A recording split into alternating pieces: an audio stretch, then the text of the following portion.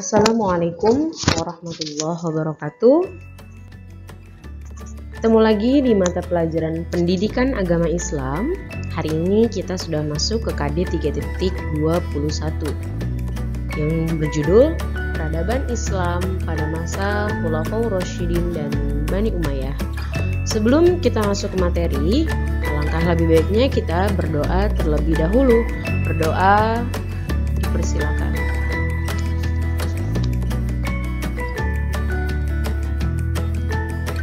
Berdoa selesai.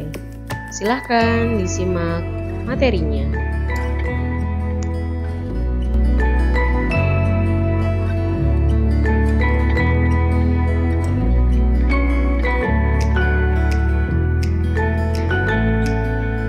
Materi kali ini mengenai sejarah kebudayaan Islam, menceritakan berbagai prestasi yang dicapai oleh Khulafaur Rasyidin. Siapa saja Khulafaur Rasyidin? Yang pertama ada Abu Bakar As-Siddiq, yang kedua ada Umar bin Khattab, yang ketiga ada Utsman bin Affan, dan yang terakhir ada Khalifah Ali bin Abi Thalib. Yang pertama yang akan kita bahas yaitu tentang prestasi Khalifah Abu Bakar As-Siddiq. Yang pertama prestasinya adalah perang melawan orang-orang murtad. Setelah Khalifah Abu Bakar As-Siddiq sukses dari beberapa masalah yang mengancam persatuan dan stabilitas, di antaranya atau contohnya adalah Perang Ridho, perang yang melawan kemurtadan.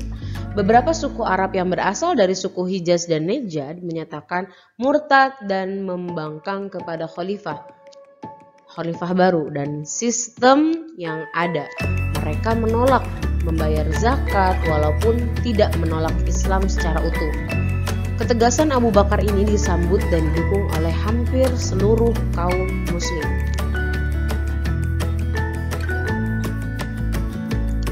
Yang kedua, prestasinya yang dicapai oleh Khulafaur Rasyidin menjalankan kekuasaan legislatif, eksekutif, dan yudikatif yang terpusat di tangan para khalifah. Sistem pemerintahan ini bersifat sentral seperti pada zaman Rasulullah SAW. Selain itu, menjalankan roda pemerintahan dan melaksanakan hukum. Yang ketiga, memerangi nabi palsu. Nabi palsu itu berusaha menghancurkan Islam, di antaranya Aswad al-Ansori, Thulaihah bin Khuwailid al-Asadi, Malik bin Nu'airah, dan Musailamah al-Kadzab. Bangsa Arab pada saat itu telah menyaksikan bahwasanya Nabi Muhammad SAW dengan nubuat, tugas sebagai kenabiannya pada saat itu, telah dapat mewujudkan suatu mukjizat yang tidak pernah terlintas dalam khayal bangsa Arab pada saat itu. Yaitu apa? Persatuan tanah Arab seluruhnya dan perpaduan hati para pendukung.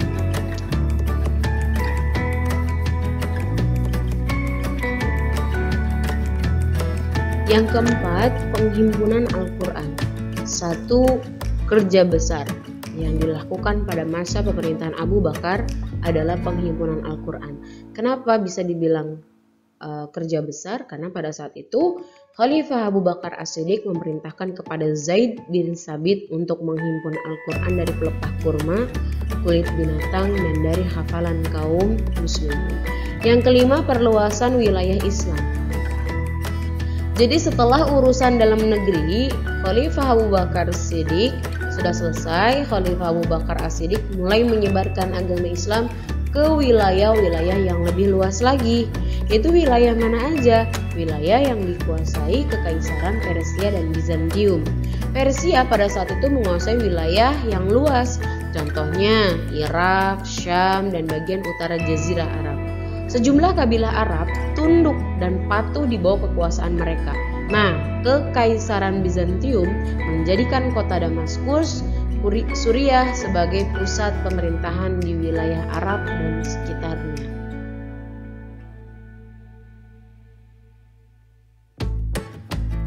Ada tiga hal utama yang menjadi pegangan para dai, yaitu tentara Islam.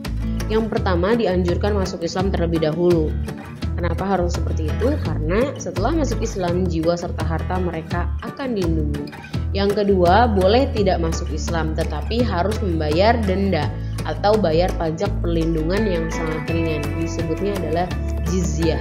Maka jiwa dan hartanya akan terlindungi. Dan yang ketiga, jika menentang mereka akan diperangi.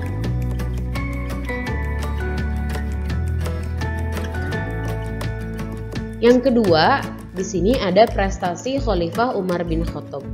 Ya, yang pertama ada perluasan wilayah. Pada waktu itu, meskipun pengembangan dakwah Islam dan perluasan wilayah sudah dilakukan sejak masa Khalifah Abu Bakar As-Siddiq, para ahli sejarah mengatakan bahwa Islam sesungguhnya berdiri pada masa Khalifah Umar bin Khattab. Yang kedua, menata administrasi dan keuangan pemerintah. Pada masa pemerintahannya, Khalifah Umar ini membentuk Baitul Mal dan Dewan Perang, yaitu Baitul Mal petugas mengurusi untuk keuangan negara, sedangkan Dewan Perang bertugas mencatat administrasi ketentaraan. Dan yang ketiga, penetapan kalender Hijriah. Tahu nggak sih kalian semua bahwa sistem kalender Hijriah ini saat ini dicetuskan oleh Khalifah Umar bin Khattab? Mungkin yang sekarang baru nonton baru tahu bahwasanya kalender Hijriah ini yang pertama kali mencetuskan adalah Khalifah Umar bin Khattab. Nah, sebelum sistem kalender Hijriah ini ditetapkan, orang-orang menggunakan sistem kalender Masehi. Nah, pada saat itu Khalifah Umar bin Khattab menetapkan permulaan tahun Islam adalah pada saat Nabi Muhammad SAW hijrah. Makanya disebutnya periode Mekah. Sedangkan periode dakwah setelah beliau hijrah dikenal dengan periode Madinah.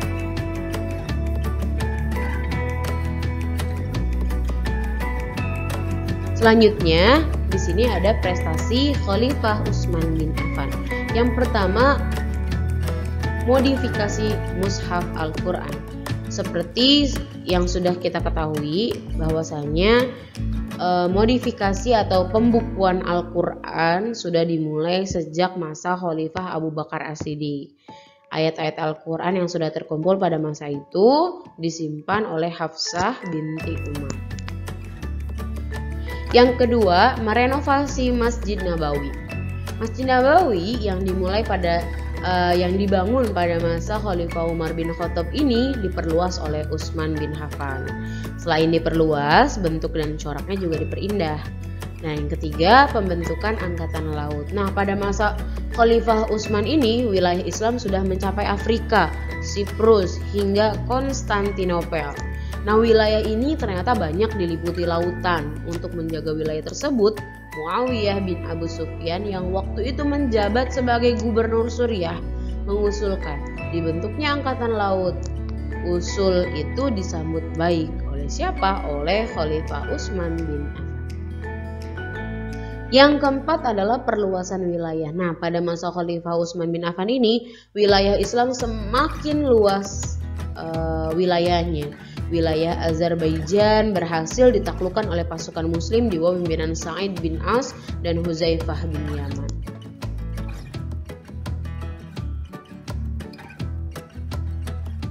Selanjutnya ada prestasi khalifah yang terakhir, yaitu Khalifah Ali bin Abi Thalib.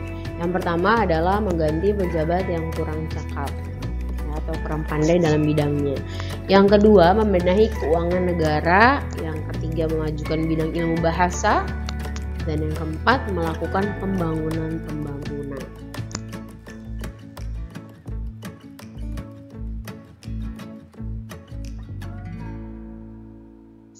Hikmah apa saja sih yang dapat kita ambil dari prestasi Khulafaur Rasyidin tadi?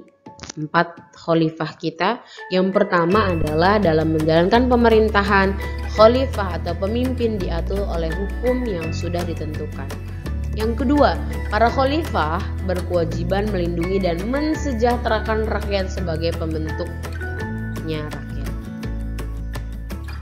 Dan yang ketiga, pada masa Khalifah Umar bin Khattab, beliaulah yang meletakkan dasar-dasar demokrasi Islam.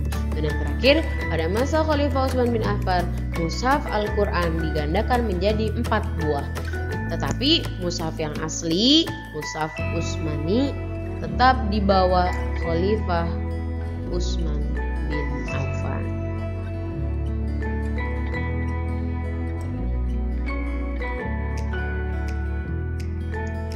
Setelah kita mengetahui hikmahnya, bisa kita contoh atau kita teladani gaya kepemimpinan dari Khulafaur Rasyidin tadi atau dari keempat khalifah yang tadi. Yuk kita sama-sama menyimak dan meneladani di dalam kehidupan kita agar kita bisa menjadi pemimpin yang baik dalam hal mencontoh keempat khalifah kita. Yang pertama adalah Khalifah Abu Bakar As-Siddiq. Abu Bakar ini dikenal sebagai salah seorang yang pemberani, yang selalu gagah di medan pertempuran atau di medan perang. Nah, Khalifah Abu Bakar As-Siddiq ini memiliki akhlak yang tinggi dan iman yang sempurna, serta mempunyai karakteristik yang lembut dan tegas. Ini kita bisa contoh ketika kita menjadi seorang pemimpin. Seorang pemimpin yang berani, seorang pemimpin yang gagah, seorang pemimpin yang memiliki akhlak yang bagus, budi pekerti yang bagus, iman yang bagus. Jadi karakternya dikemas dengan karakter lembut tetapi tegas. Yang kedua, Khalifah Umar bin Khattab. Umar bin Khattab adalah khalifah yang cerdas, orang yang cerdas dan sangat tegas. Nah, Khalifah Umar ini adalah teladan dalam hal keadilan, tidak membeda-bedakan antara bangsawan dan budak, serta mengutamakan kepentingan rakyat. Nah, ini juga bisa kita teladani dan bisa kita terapkan di dalam kehidupan kita apabila kedepannya kita menjadi seorang pemimpin. Kita tetap menjadi pemimpin yang tegas, tetapi harus menjadi pemimpin yang adil, yang tidak membeda-bedakan kaumnya, dan yang paling penting adalah mengutamakan kepentingan rakyat. Yang ketiga, Khalifah Utsman bin Affan. Utsman bin Affan adalah orang yang selalu menjaga kehormatan serta kesucian dirinya. Mulia dan lurus akhlaknya, terkenal dengan kecerdasan dan kebenaran pendapatnya.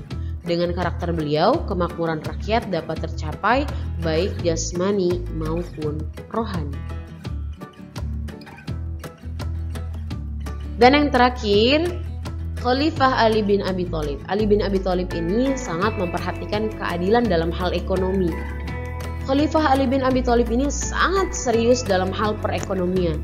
Beliau juga memiliki sikap yang kokoh, kuat pendirian dalam membela yang hak itu hak, yang batil pasti dibilang batil. Paling teliti pemikirannya dan paling taufik untuk menerima hukum yang benar secara pendapat yang betul. Jadi kita bisa menilai atau meneladani, menerapkan dalam kehidupan kita apabila kita menjadi seorang pemimpin, leader untuk diri kita sendiri, khususnya dan umumnya di lingkungan sekitar. Jadi harus tetap istiqomah, membela yang benar, bukan membela yang salah, dan teliti pemikirannya ketika menerima saran atau kritik pendapat. Yang benar dikatakan benar, yang salah maka berani harus mengatakan itu salah.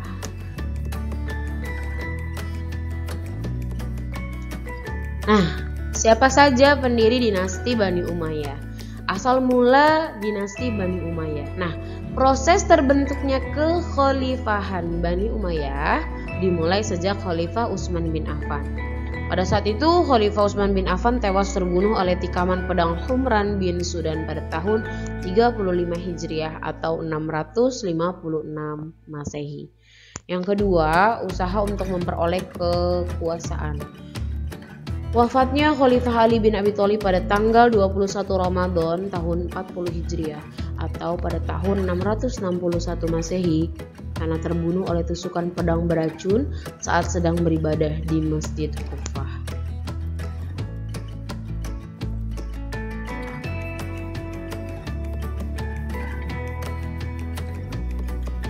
Yang terakhir ada pola pemerintahan dinasti Bani Umayyah. Berikut ada 14 nama-nama khalifah dinasti Bani Umayyah yang berkuasa. Di sini baru ada 10, yang lengkap itu ada di modul. Silahkan nanti dicek di modul, sisanya dari yang saya tampilkan di PowerPoint ini, di video ini. Yang pertama ada Muawiyah bin Abi Sufyan. Yang kedua ada Yazid bin Muawiyah, ada Muawiyah bin Yazid, ada Marwan bin Hakam, ada Abdul Malik bin Marwan, ada Walid bin Abdul Malik, ada Sulaiman bin Abdul Malik, ada Umar bin Abdul Aziz, ada Yazid bin Abdul Malik, ada Hisham bin Abdul Malik. Berikut lengkap dengan tahun-tahunnya ketika nama-nama tersebut berkuasa pada khalifah dinasti Bani Umayyah. Ini pendiri Bani Umayyah, dari mulai Bani Umayyah sampai yang terakhir yaitu Hisham.